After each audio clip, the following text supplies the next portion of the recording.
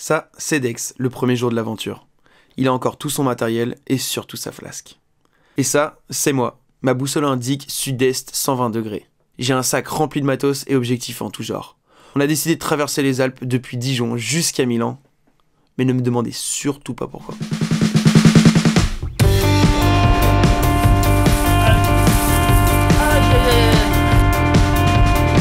On a à peine parcouru une trentaine de kilomètres qu'on se retrouve déjà à la foire à l'oignon. Demain, concours de bourrage de saucisses vers les 4 heures. Le lendemain matin, on est invité à nourrir les veaux et prendre le petit déjeuner chez Marie-Jeanne. Au bout de la cour, on avait une remorque pleine d'oignons et pommes de terre. Parce qu'on cultivait des oignons et des pommes de terre. Comme j'ai été élu premier dauphin de la vallée de l'Oignon, on n'a pas pu éviter le défilé.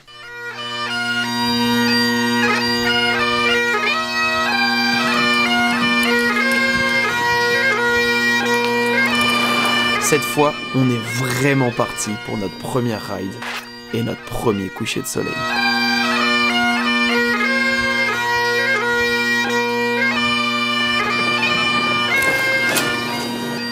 Oh, ça sent bon.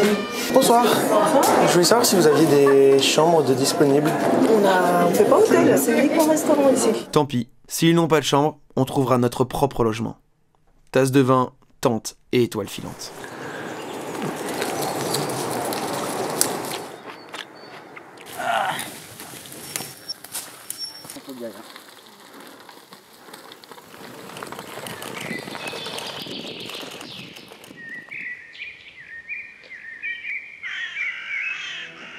On arrive enfin dans le Jura, avec ses premières côtes, mais surtout ça.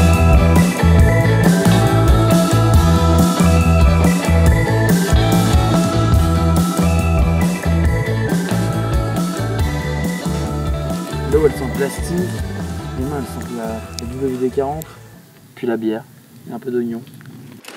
Ça fait 3 jours qu'on est parti et on n'a pas encore osé se laver dans un lac. Du coup, on change un peu de technique. Tu nous as proposé si on voulait prendre une petite douche, est-ce que c'est... Oui, vous pouvez vous laver. Ah oui, j'ai qu'une douche. Hein. Ouais.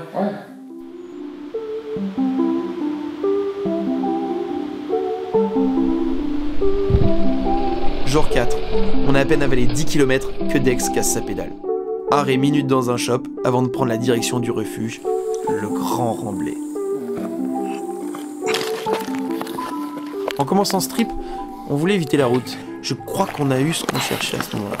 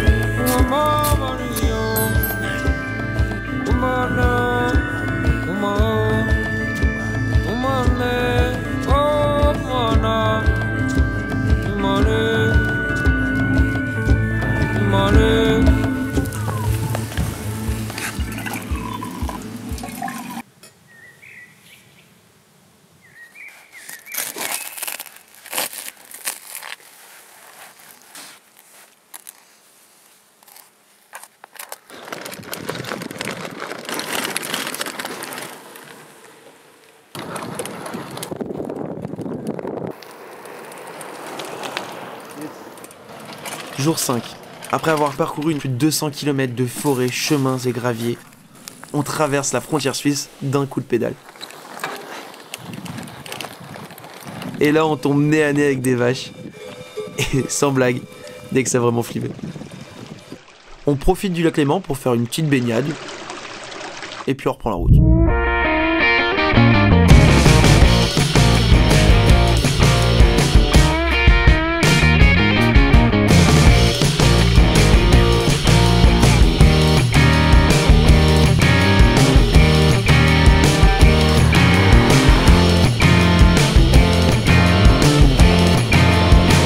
Dex se transforme en pirate, consomme 3 kg de viande par jour et commence à sentir le bœuf musqué.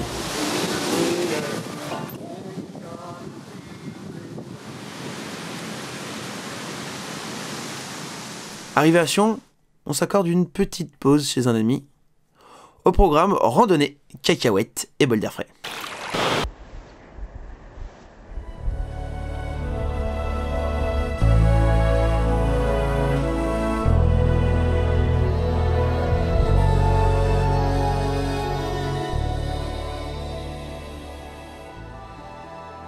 Ça y est, c'est le jour J. On est au pied du col. 2473 mètres. On n'a jamais fait ça de notre vie. Et on n'est pas très confiant non plus.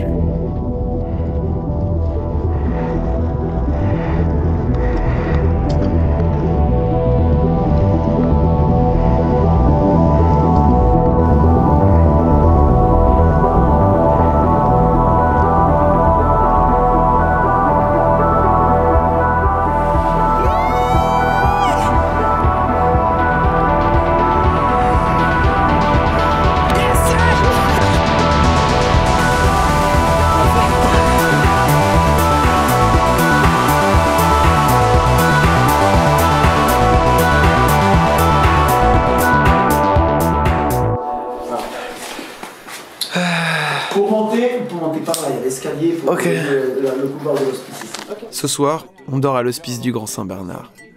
Et ici, les pèlerins de l'infini sont les bienvenus.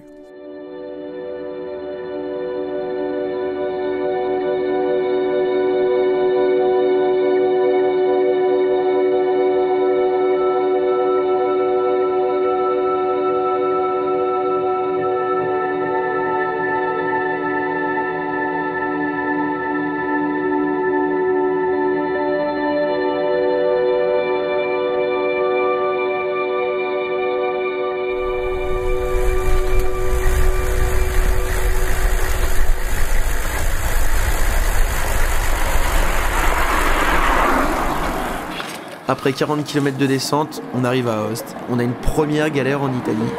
Un bout de ficelle et c'est reparti.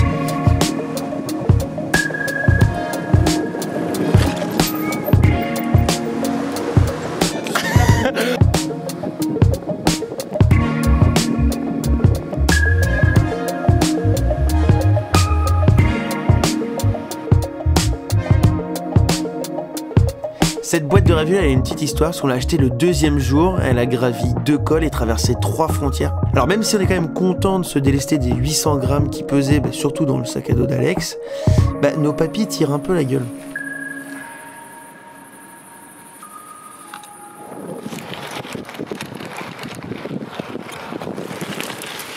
Il nous reste 100 km avant Milan, du coup on s'est fait une escale au lago Maggiore.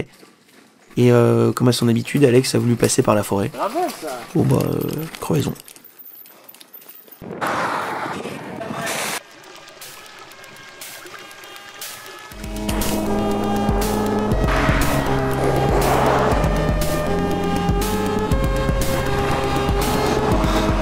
Allez Francis, la lane.